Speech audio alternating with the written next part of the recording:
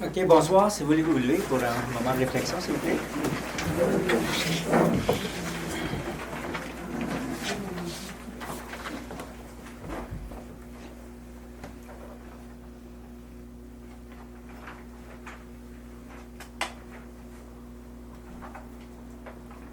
Merci.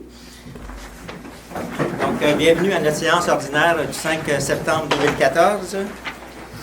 Le point 1.1, adoption de l'ordre du jour. Tous ont eu une copie de l'ordre du jour? Oui. Ça me prend quelqu'un qui propose. Madame Louise Audrey-Richard. Il est proposé par Louise Audrey-Richard que ce conseil adopte l'ordre du jour tel que présenté. Est-ce que tout le monde est unanime avec ça? Merci. Adoption du procès-verbal et de la séance ordinaire du 1er août 2014.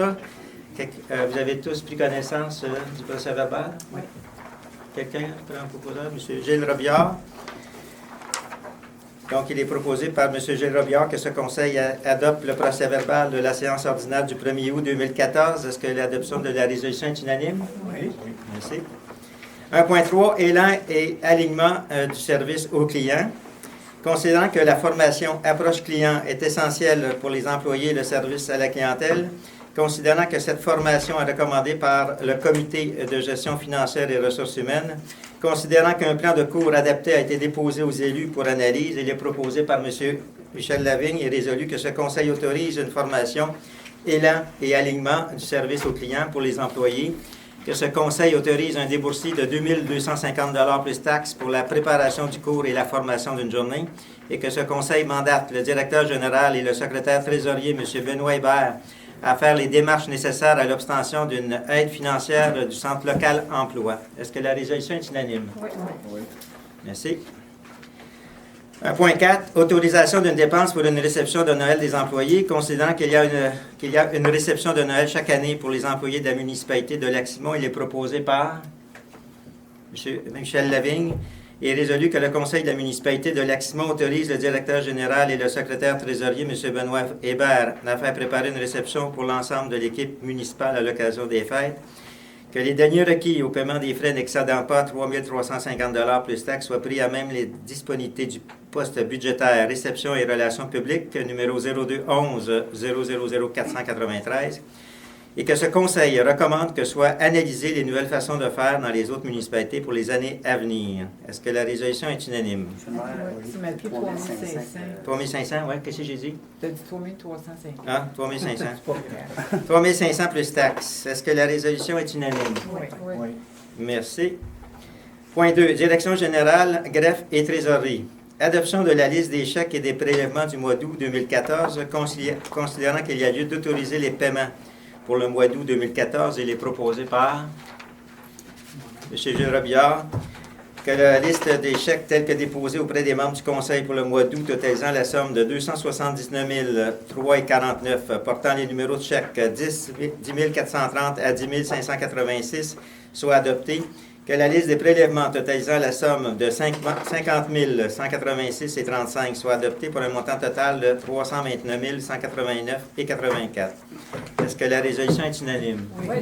OK. Parmi ce montant-là, je vais juste vous faire mention des chèques d'importance. Donc, nous avons payé le groupe Ultima. Ça concerne nos assurances au montant de 48 912 $. La MRC Papineau, le deuxième versement pour un montant de 63 517 et 37. Et le camion Excellence Peterbilt, on a eu une location de 7 030 et 17. Avreo, donc concernant le Gymkhana au montant de 5 000. 0 CO2, plan vert 18 079 et 82. Et la municipalité de Chénéville au montant de 29 945 et 97. Ça concerne l'emprunt et les opérations de la bibliothèque. Monsieur Hébert, est-ce qu'on Conformément aux dispositions du règlement numéro 412-2009, j'atteste que la municipalité dispose des crédits suffisants pour les fins auxquelles les dépenses sont faites. Merci. 2.2, de dépôt des rapports administratifs. Vous avez pris connaissance des rapports administratifs concernant le directeur général ainsi que les directeurs de service? Oui. Merci. Dépôt de la correspondance, M. Hébert. Donc, la réponse du ministère des Transports au sujet de la vitesse uniforme sur le chemin Côte-du-Lac. La réponse du ministère des Transports au sujet de l'entretien du pont des lacs Barrière et Simon. Courriel reçu d'une plainte de M. Michel Ramirez. Réponse de la CREO au sujet du programme de soutien à la mise en valeur du patrimoine de l'Outaouais. 27e colloque de la Fondation rue principale. Deuxième résultat d'analyse de la plage municipale. Demande financière pour souligner 50 ans de la réalisation pour la Fondation canadienne du Rhin. Puis réponse de Financement agricole Canada pour une demande d'aide financière. Merci, M. Hébert. Je voulais juste vous informer concernant l'entretien du pont. Donc, on a reçu une réponse du ministère et je voudrais vous en faire part. Donc, monsieur, j'ai pris connaissance de votre lettre du 10 juillet dernier accompagnée de la résolution relativement au sujet submentionné. Dans le cadre de son programme d'inspection des structures, le ministère des Transports du Québec visite annuellement chacune des structures dont il a la responsabilité de gestion. Selon le type de structure, l'âge, l'état, le volume de circulation et la limitation de charge, le niveau de détail et la fréquence de ces inspections peuvent varier. Ainsi, chacune des structures est inspectée annuellement et des inspections minutieuses sont effectuées sur une fréquence variant de 2 à 4 ans, selon les caractéristiques de la structure. En ce qui a trait au pont des lacs Barrière et Simon, la dernière inspection effectuée en juillet dernier révèle que certains éléments de la structure ont une déficience modérée. En conséquence, les dégradations observées font l'objet d'un suivi afin d'assurer la sécurité de cette structure et de planifier son remplacement en temps opportun. D'autre part, soyez assurés que d'ici la réalisation de ce projet, nous mettrons en œuvre tous les efforts nécessaires pour assurer un niveau d'entretien satisfaisant. Puis pour de plus amples informations, à ce moment-là, téléphonez à M. Jacques-Henri, qui est le directeur au ministère des Transports.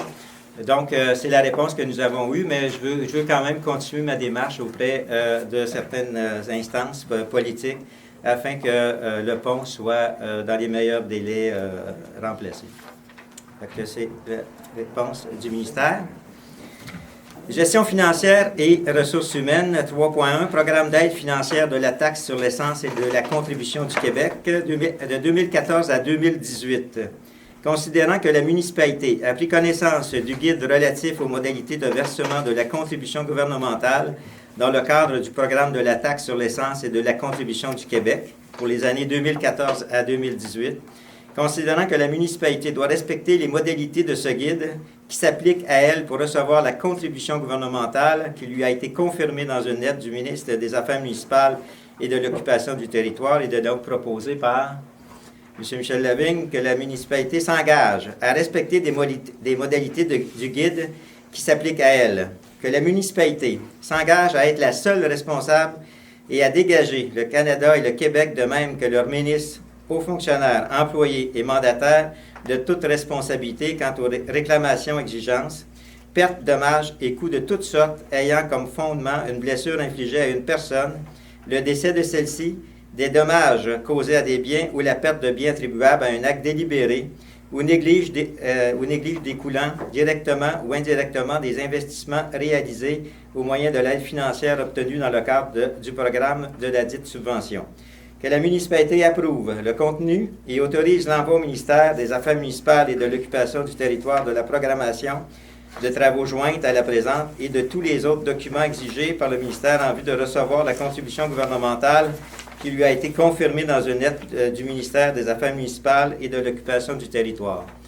Que la municipalité s'engage à atteindre le seuil minimal d'immobilisation en infrastructure municipale fixé à 28 $ par habitant par année, soit un total de 140 $ par habitant pour l'ensemble des 5 années du programme, et que la municipalité s'engage à informer le ministère des Affaires municipales et de l'Occupation du territoire de toute modification qui sera apportée à la programmation des travaux approuvés par la présente résolution. Est-ce que la résolution est unanime? Oui. Okay. C'est une résolution qui est uniforme à l'ensemble des municipalités. Donc, à ce moment-là, si on veut recevoir notre subvention, c'est qu'on doit approuver cette résolution-là. À titre d'information, nous avons reçu la lettre. Donc, dans cette lettre, il nous confirme que nous recevrons un montant de 658 379 $ répartis sur 5 ans pour les infrastructures. Donc, comme vous savez, ce montant-là va être séparé d'année en année pour qu'on puisse effectuer des travaux. Et cette année, bien, à ce moment-là, ça a été le 3 km dans le rang 4 Sud. Point 4, communication. Donc, nous n'avons aucun dossier à l'ordre du jour. Point 5, incendie, sécurité publique et premiers répondants. Demande au MTQ d'ajout de panneaux aux intersections chemin du Tour du Lac et de la route 321 et du chemin du Parc concernant la sortie des véhicules d'urgence. Donc, considérant que le directeur du service incendie trouve nécessaire pour la sécurité des gens d'avoir des panneaux de sortie de véhicules d'urgence à chaque extrémité des intersections du chemin du Parc et de la route 321 et du chemin du Tour du Lac, il est donc proposé par M. Gilles Robillard que le directeur général, secrétaire trésorier, M. Benoît Hébert, soit mandaté à faire une demande auprès du ministère pour obtenir les panneaux de sortie des véhicules d'urgence. Est-ce que la résolution est unanime? Oui. Merci. Point 6, travaux publics et infrastructures. Vous avez eu un dépôt du compte-rendu du Comité des travaux publics et infrastructures qui a eu lieu le 3 septembre 2014. Donc, considérant que le compte-rendu du Comité des travaux publics et infrastructures du 3 septembre 2014, considérant les recommandations du Comité, il est donc proposé par M. Gilles Robillard que ce Conseil entérine les recommandations du compte-rendu, que ce Conseil autorise la réalisation des travaux prévus, que le directeur général, secrétaire trésorier, M. Benoît Hébert, soit autorisé à effectuer les paiements appropriés afin de donner suite à la résolution, et que le maire, M. Jacques Meillier, le directeur général, secrétaire trésorier, M. Benoît Hébert, soit mandaté à signer tous les documents pour permettre la réalisation de la présente résolution. Est-ce que la résolution est unanime? Oui. Merci. 6.2, autorisation de paiement à Pavage Coco pour le rang 4 Sud. Donc, considérant la réalisation des travaux de réfection prévus pour le chemin du rang 4 Sud, considérant la demande de paiement numéro 1 en fonction du bordereau pour le rang 4 Sud, considérant les recommandations de l'ingénieur conseil M. François Maillet pour ces motifs, il est proposé par M. Gilles Robillard que ce conseil autorise le paiement de 395 078,21 plus les taxes applicables au compte de Pavage Coco pour la demande de paiement numéro 1, que les personnes responsables de la comptabilité valident que les consignements enregistrés aient été libellés avant le versement du chèque, qu'une retenue de 10 donc 43 897,58 plus les taxes, soit payée au moment où elle sera libérée par approbation complète des travaux par l'ingénieur conseil M. François Maillet, que l'imputation de la somme totale des travaux soit répartie de la façon suivante, donc dans le compte 0301 000 100, réfection des routes, pour un montant de 384 027, et le compte 54 13 591 100, donc c'est la taxe à recevoir, 71 237,87. Est-ce que la résolution est unanime? Oui. Merci. 6.3, priorité des municipalités locales, travaux sur le réseau routier supérieur du ministère des Transports du Québec. Considérant que le conseil municipal de Lac-Simon juge opportun de choisir certaines priorités routières à entretenir sur le réseau routier supérieur, considérant que le comité régional de transport est à préparer les priorités pour le ministère des Transports du Québec, considérant que le tronçon de la route 315 entre Chénéville et Montpellier est en très mauvaise condition, considérant que le tronçon entre la route 317 Nord et Chénéville, donc la partie de la route 321, est aussi en très mauvaise condition, considérant que ces deux tronçons sont des accès prioritaires pour notre municipalité, et donc il est proposé par M. Gilles Robillard que ce conseil demande à la MRC de Papineau de bien considérer ces deux axes dans leur plan soumis au MTQ, donc la route 315 de Montpellier à Chénéville et la route 321 du nord de la 317 jusqu'à Chénéville, et qu'une copie conforme soit transmise à M. Gilles Tremblay, président du comité des transports, Mme Paulette Lalande, préfet, et M. Alexandre Héraca, député. Est-ce que la résolution est unanime? Oui. Merci. Point 7, urbanisme et environnement. Donc, vous avez tous reçu le compte-rendu de la réunion du CCU du 8 août 2014. Oui. Tout le monde en a pris connaissance? Merci. Oui. 7.2, demande de dérogation mineure, numéro 114, concernant une partie du lot 22A du rang 4. Madame Richard. Alors, cette dérogation numéro 114, on l'avait le mois passé, elle était à l'ordre du jour, mais on l'avait retirée parce qu'on manquait d'informations. Alors, je vais vous la relire. Là, cette fois-ci, elle devrait être... on s'est entendu au CCI. L'agrandissement d'un bâtiment accessoire en cours à 20, avant, je vais vous dire, c'est sur le chemin Tour du Lac au 849 chemin Tour du Lac. En cours avant sur la partie du lot 22A du rang 4 à Lac-Simon, dans la zone 21H. La dérogation demandée a pour but de permettre l'agrandissement d'une remise en cours avant dans la marge riveraine et dans la marge de recul avant de la propriété. La dérogation demandée en marge riveraine est de 4 mètres, tandis que la dérogation demandée en cours avant est de 2,2 mètres. La norme pour l'implantation d'un bâtiment accessoire en marge d'une rive est de 4 mètres, excédant de la limite extérieure de la rive du lac. La norme pour l'implantation d'un bâtiment accessoire en cours avant est de 6 mètres. Ce genre de dérogation contrevient aux articles 87 et 94 du règlement de zonage U12. Comme prévu à la loi, est-ce qu'il y a des personnes dans la salle qui ont quelque chose à dire sur cette dérogation? Alors, M. le maire, je donne la parole. OK, merci. Donc, considérant la demande telle que présentée et la recommandation du comité consultatif d'urbanisme sur proposition de Mme Louise Richard, il est proposé que les membres du conseil de la municipalité de Lac-Simon accordent la dérogation mineure numéro 114 par rapport aux marges applicables de l'agrandissement d'un bâtiment accessoire en cours avant sur la partie du lot 22-A du rang 4 à Lac-Simon. Par contre, la construction ne devrait plus empiéter sur la bande riveraine et l'arbre présent à proximité de la construction existante devra être conservé. Est-ce que la résolution est unanime? Merci. Demande de prolonger le permis à l'adresse située au 1414 Île Canard-Blanc. Considérant la résolution numéro 127-04-2014, considérant la demande formulée par le propriétaire de l'adresse située au 1414 Île Canard-Blanc en date du 9 août 2014 de prolonger le permis pour permettre de terminer les travaux sur proposition de Mme Richard, que les membres du conseil de la municipalité de Lac-Simon accordent une prolongation de permis jusqu'au 1er octobre 2014 pour terminer les travaux et répondre aux exigences de la municipalité dans le dossier. Est-ce que la résolution est unanime? Oui. Merci. Frais d'installation septique et sanitaire de 28 736 et 57 au propriétaire du 1376 Île Canard-Blanc. Considérant le jugement de la Cour supérieure et l'ordonnance en rapport à l'installation septique du 1376 Île Canard-Blanc, considérant que ce conseil municipal juge opportun de faire appliquer sa réglementation municipale sur proposition de Mme Richard, il est résolu que ce conseil autorise le remboursement des frais de 28 736 et 57, taxes incluses, à la firme Paradis Montpetit et Beauchamp en règlement de l'exécution du jugement. Que la somme soit portée au compte de la propriété du 1376 Île Canard-Blanc pour qu'elle soit remboursée à la municipalité, le tout conforme à la loi. Est-ce que la résolution est unanime? Oui. Merci. Demande d'engager un arpenteur géomètre dans le dossier du 117 chemin des Simoneaux.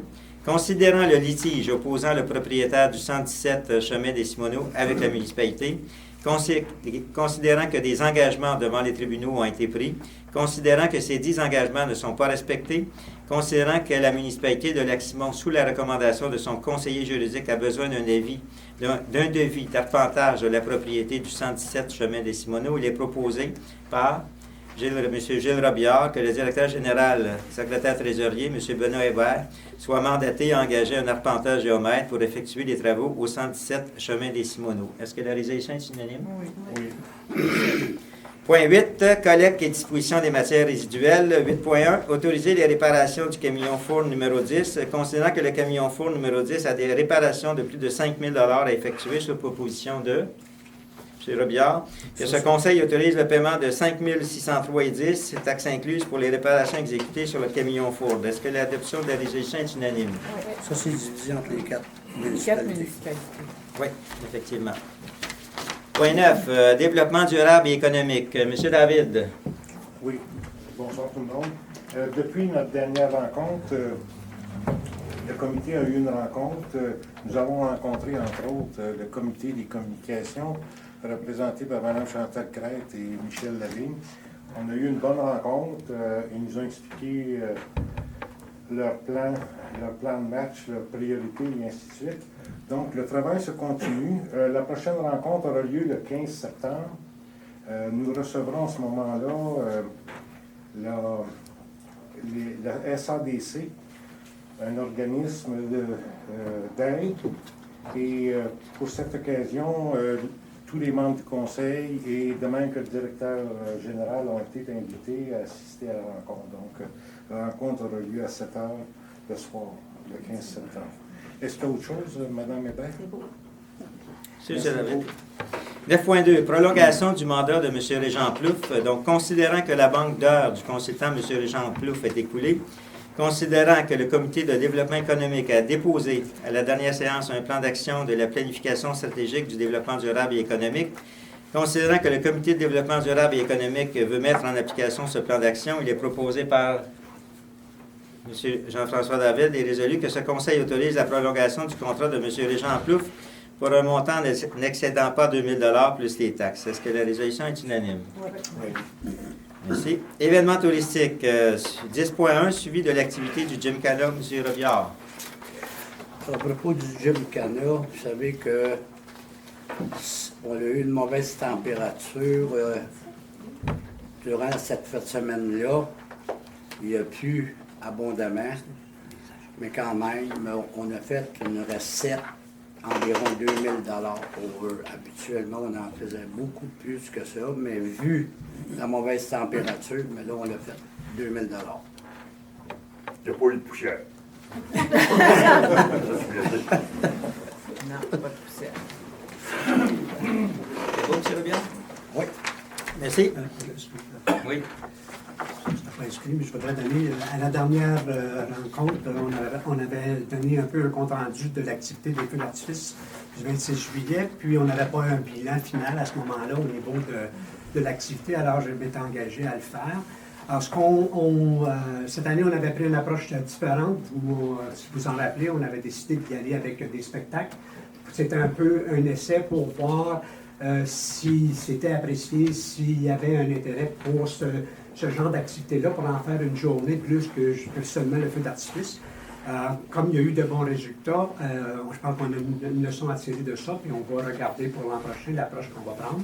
Et on va vous la communiquer là, dans les prochains mois. Déjà, on commence à songer à l'approche pour l'an prochain. Au niveau de l'activité, c'est évident que cette année, les dépenses sont un peu plus élevées que les années passées, compte tenu des deux groupes qu'on avait en spectacle et des besoins de l'équipement sonore professionnel pour être en mesure de les accommoder dans ces spectacles-là. Donc, on a, au niveau de la dépense, une dépense totale de 27 637 $. Et au niveau des recettes, on a des recettes des recettes complètes de l'ordre de je dirais au total, plus les commandites qui se rajoutent, je n'ai pas les deux chiffres, c'est à peu près 13 000 $. Donc on a un déficit ou une dépense claire qu'on a absorbé de 14 700 $ cette année pour s'accommoder. Ce qui, pour vous donner un peu plus d'informations, au niveau des groupes, je pense que c'est important que les gens sachent exactement ce que c'est que ça nous a coûté. Il y avait le groupe Festiban qui faisait la première partie et qui revenait après le groupe Boff et Marie-Chantal Toupin. Alors, ce groupe-là nous a coûté 1 600 $, qui est un groupe local qui se produise à plusieurs endroits, alors je pense qu'ils nous ont fait un bon spectacle professionnel. Et Production Plus, qui avait le groupe Bluff, plus Marie-Chantal Toupin pour un montant de 5 000 $. Alors, c'est le bilan qu'on a pour cette année au niveau de cette activité-là. Merci. Merci beaucoup. Je voudrais peut-être ajouter qu'on a aussi augmenté, au niveau des recettes parce qu'on a eu des commanditaires qui se sont ajoutés à l'événement quand on a décidé d'aller avec un spectacle complet. Alors, il y a quelque chose comme 1 000 ou 2 000 $ qui s'étaient rajoutés de commandites qu'on a obtenues additionnellement. Merci. Merci. Activités physiques et culturelles, 11.1, le programme Pied et Vie active pour septembre. Madame Crête. En fait, le programme Pied, en fait, c'est deux programmes différents. Là, ça fait que je vais commencer par le programme Pied. Le programme Pied, c'est un programme qui est offert par le gouvernement, par le C3S Papineau, par des ressources. C'est un programme gratuit. Donc, on va avoir une ressource qui va venir dans la municipalité à raison de 12 semaines. C'est un programme de 12 semaines qui est offert aux personnes de 55 ans et plus. Et le but du programme, c'est pour travailler l'équilibre puis le maintien pour prévenir les chutes. Donc, c'est un programme particulier qui s'adresse à une certaine clientèle. Ça va être desservi, on va desservir les résidents, les citoyens de Chénéville et de Lac-Simon. C'est un programme en partenariat avec Chénéville. Et il y avait déjà une liste d'attente, puis on a un maximum de participants qu'on peut prendre. Et c'est pour ça qu'on a travaillé très fort pour essayer d'obtenir le programme de vie active. Le programme de vie active, c'est un programme qui s'adresse un peu à monsieur, madame, tout le monde, mais de 55 ans et plus. Et c'est un programme de mise en forme et qui, lui, va s'offrir aussi à raison de 1 ou 2 fois par semaine. C'est encore une fois gratuit et c'est une ressource qui va venir donner la formation. Et là, j'attends les détails là, pour savoir quand est-ce que ça commence, où ça sera donné, quelle heure ça sera donné. Donc, je pourrais vous en informer un petit peu plus là, à la prochaine séance du Conseil. Merci. 11.2, programme des Journées de la culture du 26 au 28 septembre, Madame Craig. La municipalité de Lac-Simon, cette année, a décidé de participer aux 18e Journées de la culture. C'est un mouvement provincial. Et on a décidé de travailler en collaboration avec les municipalités de Chénéville et de Duhamel pour mettre sur pied un programme pour célébrer les Journées de la culture. Donc, les Journées de la culture, c'est des dates fixes, c'est décidé par la province. Donc, ça aura lieu du 26 au 28 septembre, donc le vendredi le 26 jusqu'au dimanche le 28. Et on a essayé de faire une programmation qui pourrait couvrir toutes les différentes tranches d'âge. Donc, ça va commencer le vendredi avec une activité scolaire qui sera diffusée dans l'école Adrien-Guillaume à Chénéville. Et ce sera les gens de Forêt et des gens qui vont venir raconter une légende algonquine puis faire une espèce de pliage de papier. Le samedi, il va y avoir des activités, des circuits patrimoniaux. Donc, le samedi matin, ce sera à Chénéville. Ce sera un circuit guidé à pied, une randonnée pédestre à pied dans le village de Chénéville pour découvrir le vieux Chénéville. Et ce sera animé et guidé par notre célèbre Jean-Guy Paquin. Donc, je pense que ça va être agréable là, de faire cette randonnée puis d'apprendre à connaître notre village, nos maisons, nos belles d'autrefois. Dans l'après-midi, ça va se poursuivre, mais cette fois-ci, ça va être du côté de Lac-Simon. Ce sera à vélo. Donc, ce sera une randonnée à vélo. Un petit circuit patrimonial qui va nous permettre d'identifier des lieux d'intérêt à Lac-Simon. Donc, ça devrait commencer de 1h à 4h. Pour ceux qui préfèrent, il y aura aussi une randonnée à vélo à Duhamel qui va s'offrir en même temps que celle de Lac-Simon, pour ceux qui voudraient découvrir Duhamel. Et puis, le dimanche matin, à la sortie de la messe, à la sortie d'église à Chénéville, il va y avoir une activité, ce qu'on appelle le flash mob, une espèce de danse, une chorégraphie de danse qui sera animée par Nicole Proulx, la dame qui fait la danse en ligne à Chénéville, et Marie-Christine Filion, qui donne des cours d'entraînement physique ici. Donc, ensemble, ils ont concocté une petite chorégraphie. Donc, tous les participants, vous êtes invités à vous présenter sur le parvis de l'église pour venir apprendre une petite chorégraphie de danse qu'on va mettre sur vidéo puis qu'on va diffuser sur YouTube. L'idée, c'est de bouger puis d'avoir un peu de plaisir. Et par la suite, pour le reste de l'après-midi, le dimanche après-midi, c'est la tournée des ateliers. Donc, l'idée, c'était de vouloir faire connaître les artistes, les artisans, les producteurs locaux de la région. Donc, on a fait un inventaire de tous ces gens-là à Chénéville, Lac-Simon, Duhamel. Et il va y avoir une tournée des ateliers. Puis, il va y avoir aussi des kiosques au local des fermières, du Cercle des fermières de Chénéville, à Chénéville. Donc, il va y avoir des kiosques, puis il va y avoir des artistes qui vont exposer là. Et le centre communautaire à Duhamel sera ouvert et il y aura aussi des artistes qui vont prendre des kiosques puis qui vont exposer leurs œuvres. Alors, c'est une façon, cette année, on essaie ça, de célébrer la culture. Donc, je vous invite à participer puis à venir vous amuser en célébrant puis en mettant en valeur nos artistes artisans d'ici. Merci. Point 12, politique familiale et des aînés, donc aucun dossier à l'ordre du jour. Point 13, divers, 13.1, suivi du dossier du Lac-Croche. M. Lavigne.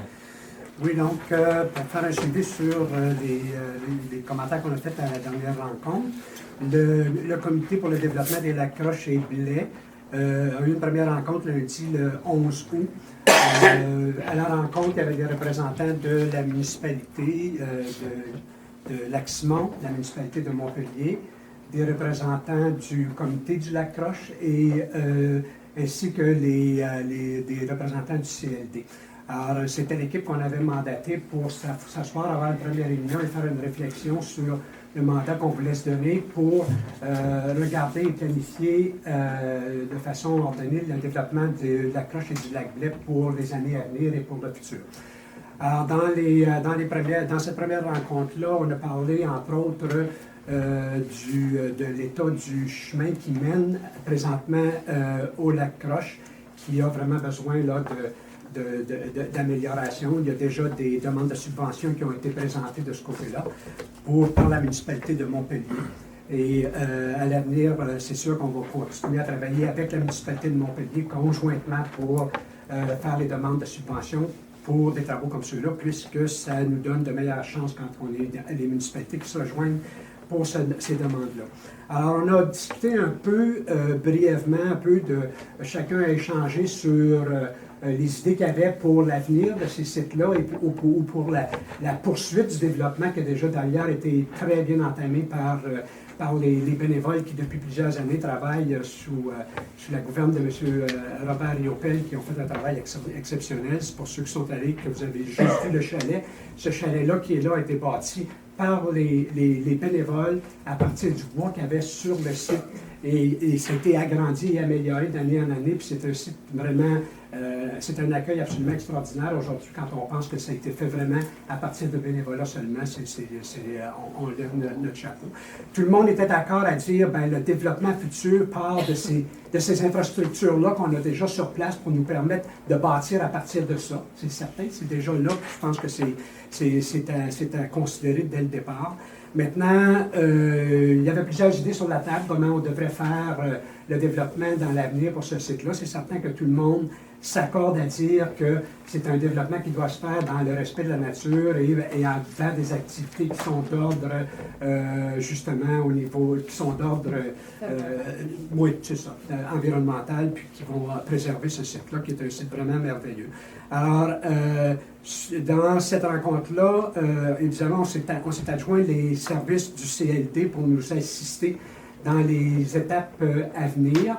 La prochaine étape va être, entre autres, une des étapes qu'on va franchir, c'est qu'il y a une étude qui avait été faite, une bonne étude qui avait été faite en 2008 sur le potentiel du site et son développement, comment le site devrait être développé.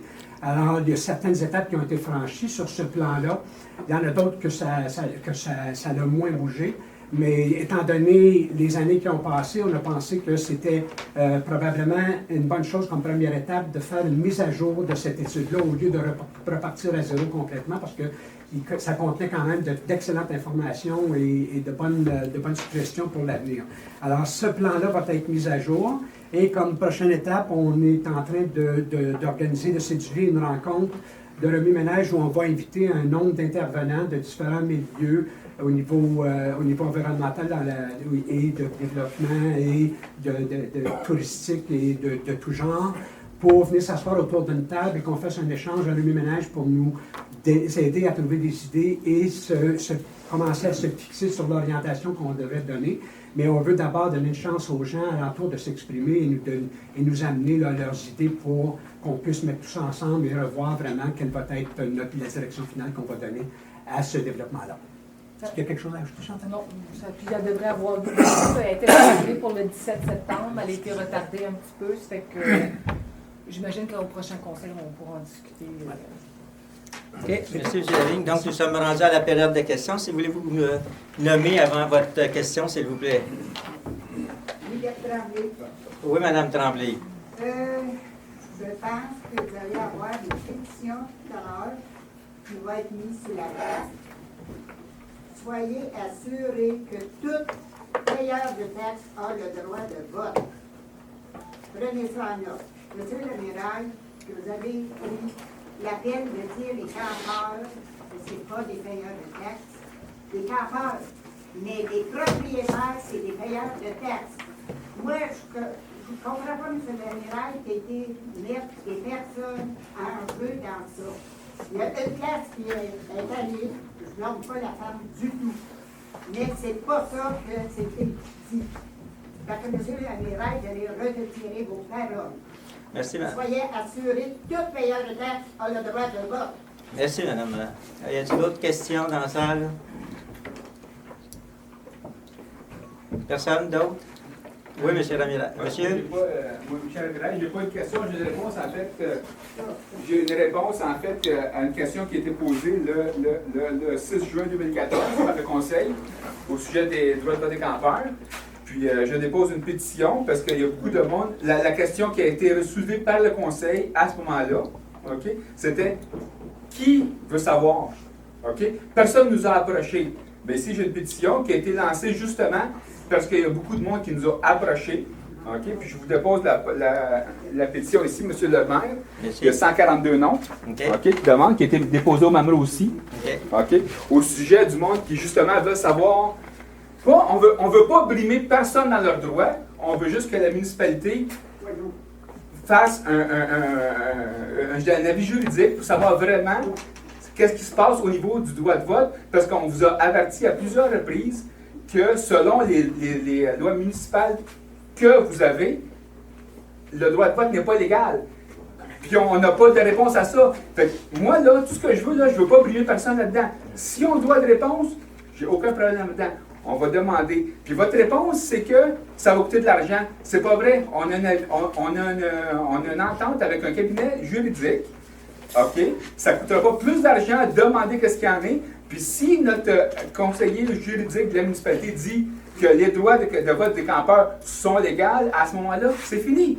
Tout est correct. Mais si ça ne l'est pas, j'aimerais le savoir. À ce moment-là, c'est pas pour brimer personne, moi, que je veux. Je veux juste voir la vérité. Parce que présentement, là, moi, je suis fier d'être propriétaire au Lac-Simon. Puis c'est plate d'être sur la sellette pour voir que le conseil municipal, dans les journaux, dans les médias, on passe, tu sais, on passe pour des incompétents. Je m'excuse, là, mais parce qu'on ne se penche pas sur la question. J'aimerais juste qu'on se penche sur la question, puis ça ne coûtera pas plus cher. Ça va coûter plus cher si on ne le fait pas que si on le fait. Alors, vous avez 142 noms, vous vouliez le savoir, vous les avez. Vous avez 142 noms. Puis si je me fie à votre programme électoral, les citoyens d'abord, puis intégrité et transparence, bien, M. le maire, je pense que vous devriez le faire. Puis si tout est correct, c'est fini. On est tous des amis, puis on continue ensemble. Hein? C'est facile. Mais pourquoi on ne le fait pas? Pourquoi on ne le fait pas? Alors, j'ai pas besoin de réponse. J'ai pas besoin de réponse. C'est juste un commentaire. Je vous laisse ça parce que le Mamrou a senti les mains aussi. Merci. Okay? Merci, M. Ramirez. T'en as pas d'amis, hein? Y a-t-il d'autres questions dans la salle, s'il vous plaît? Oui, monsieur? Jacques, est-ce qu'il y a le droit, monsieur? Non, monsieur... Oui. Faut pas... Oh non? Non. Faut pas jouer ça? Non. Oh, pourquoi? OK. Monsieur le Maillet, Benoît La Jeunesse, Camping Paradis du Campeur. Monsieur Ramirez, je voudrais remarquer qu'au mois de juin, comme tu dis, c'était renversé 4-2. Je ne l'éterniserai pas sur une pétition de même. Parce que, regarde, moi, dans le camping, on est 1000, fait que si tu veux, je sorte 400 signatures. L'été prochain, j'ai pas de problème. La question, monsieur le maire, je ne vais pas trop prendre de temps. Je voudrais savoir, au niveau de la correspondance, étant donné que M. Ramirez est tellement en retard, on parle d'un courriel de plainte que M. Ramirez aurait fait. Est-ce que ça serait possible d'en connaître le contenu de cette plainte-là que M. Ramirez aurait fait, je pense, c'est contre vous? Qu'est-ce que j'ai pu comprendre? Écoutez, une plainte, monsieur le greffier, donc comme c'est déposé ce soir, c'est public, donc monsieur Benoît Hébert, si vous voulez la lire, s'il vous plaît. Monsieur Hébert, ça ne vous dérange pas de parler un petit peu plus fort? On sait que c'est enregistré, là. Mais j'aimerais ça que ça soit assez clair. J'ai des problèmes auditifs. Tu vas faire des appareils? C'est fait sur mesure, ça a l'air. OK, s'il vous plaît. Objet intimidation et droit de parole lors de la période de questions aux séances ordinaires publiques. En tant que citoyen ayant assisté à la séance ordinaire du 1er août, permettez-moi de déposer une plainte formelle contre le président de l'Assemblée et maire de la municipalité de Lac-Simon, Jacques Maillet, pour avoir brimé mon droit de parole et de libre expression à la période de questions et pour son inaction et sa complaisance à l'égard des multiples expressions d'intimidation durant cette même période de questions.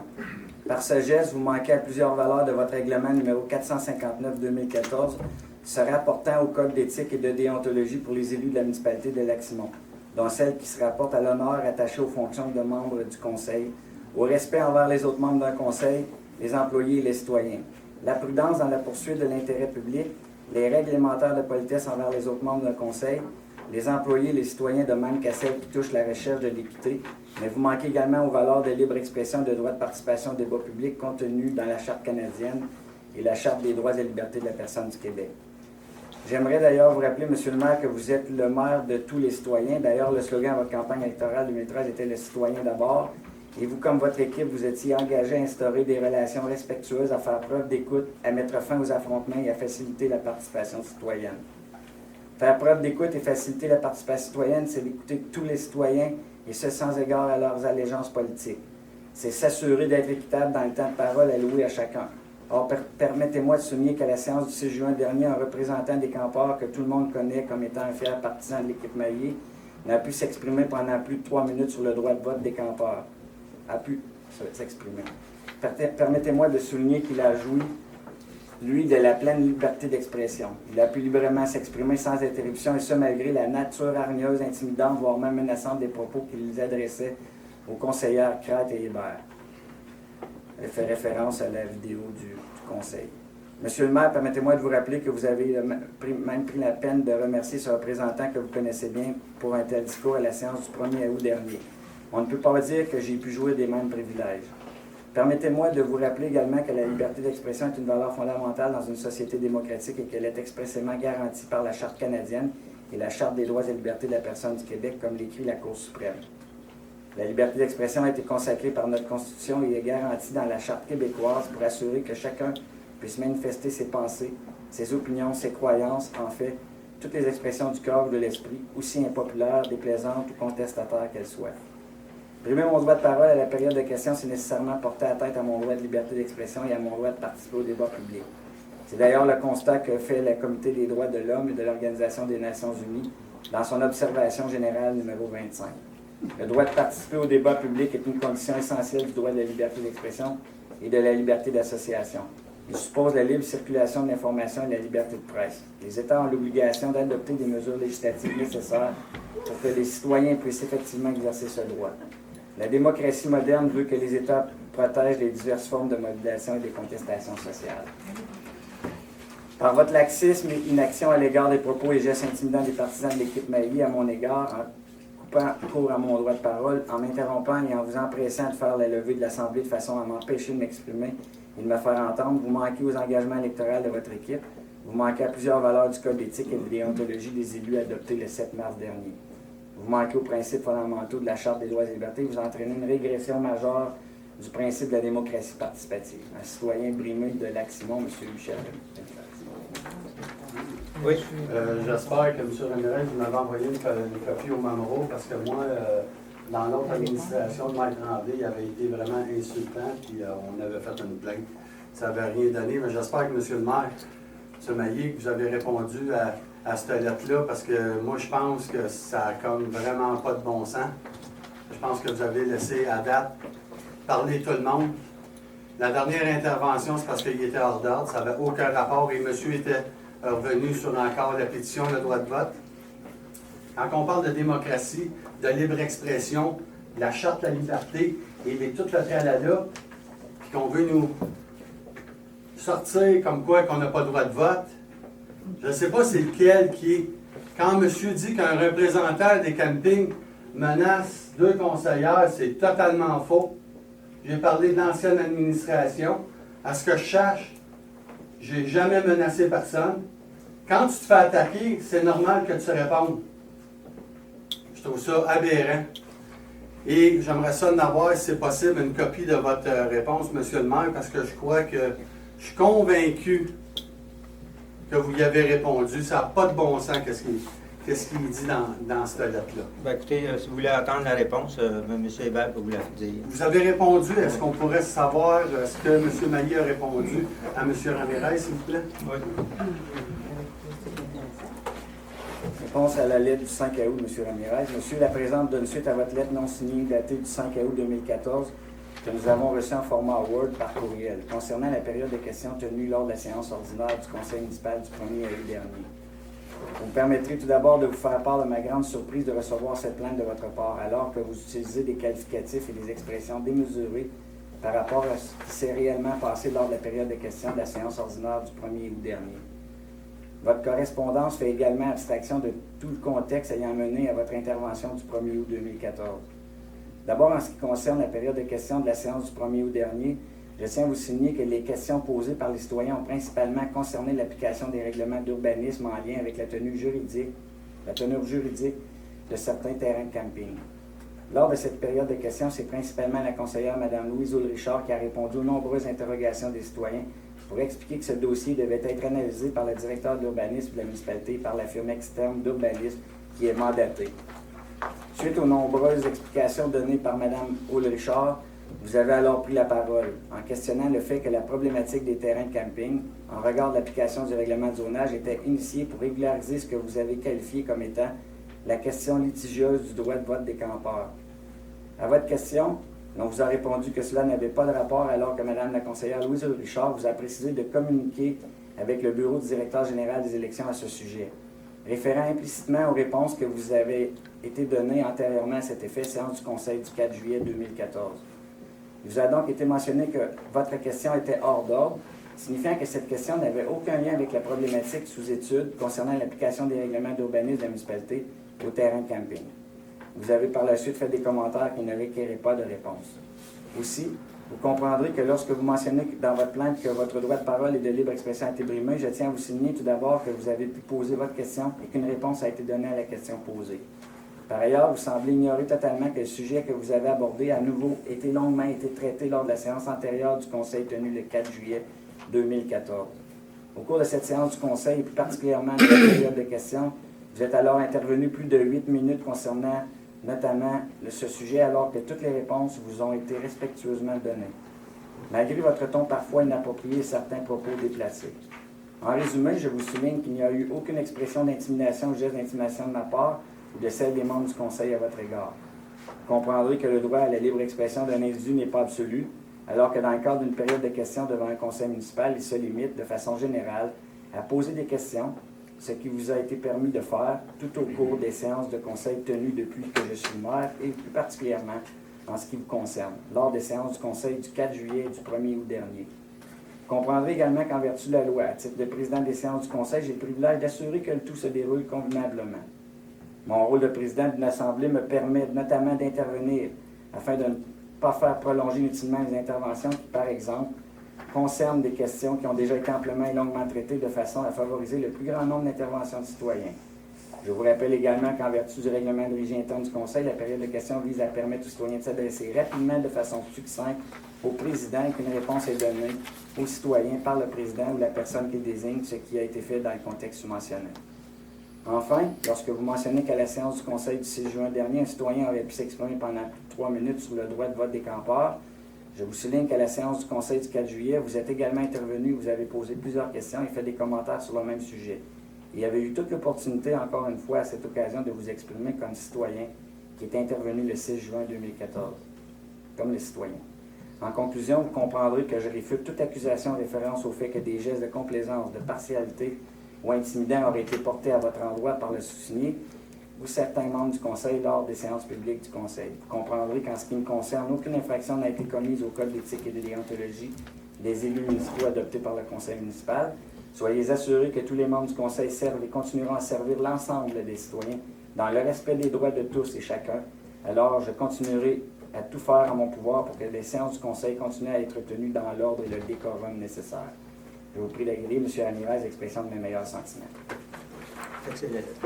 M. Maillet, la seule affaire que je peux dire, c'est que depuis le début de l'été, là, ça fait une couple de conseils depuis le mois de juin, c'est tout le temps les campeurs qui sont visés. Je me sens en tant que campeur persécuté par l'association ou un groupe, craignez pas,